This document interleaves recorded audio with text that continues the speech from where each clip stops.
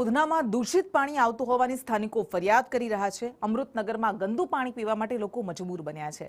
Dying mills કેમિકલયુક્ત પાણી છોડે છે અને આ ડાઇંગ મિલ સામે કડક કાર્યવાહી કરવામાં આવે તેવી સ્થાનિકોની માંગ છે। રજૂઆત કરીને તેઓ થાકી ગયા છે, પરંતુ તેમ છતાં પણ આ સમસ્યાનો તંત્ર દ્વારા કોઈ ઉકેલ લાવવામાં નથી આવતો। પરિણામે અમૃતનગર ખાતે પીવાનું પાણી ગંદુ આવી રહ્યું છે અને દૂષિત પાણીને લઈને પાલિકા તંત્ર કુંભકર્ણ નિંદ્રામાં પોઢી રહ્યું છે।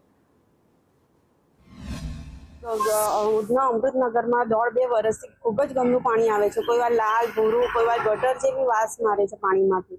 એટલું ગંદુ પાણી અમારા નળોમાં આવે છે અને એ જ પાણી અમારા બાળકો પીએ છે, તો અમારા બાળકોના સ્વાસ્થ્ય સાથે કેટલી ચેડા થઈ રહી છે। તે તપેલા ડાઇંગ એ અહીંયા બાજુમાં દર્શન મિલ, અહીંયા રામકૃષ્ણ ઠાકોરનગર એ બધામાં તપેલા ડાઇંગો બધા ચાલે છે। એ પાછા જે આપણે આઈડિયા નોટિસો આપી છે તો એ લોકો પાછા સીલ કરી દે છે અને પાછા ખબર નહીં શું 7 થી 10 દિવસ 15 દિવસ મહિનાની અંદર પાછા એ તપેલા ડાઇંગોને બધા ચાલુ થઈ જાય છે અને પાછું અમારે ત્યાં ગંદુ પાણી આવવાનું ચાલુ થઈ જાય છે।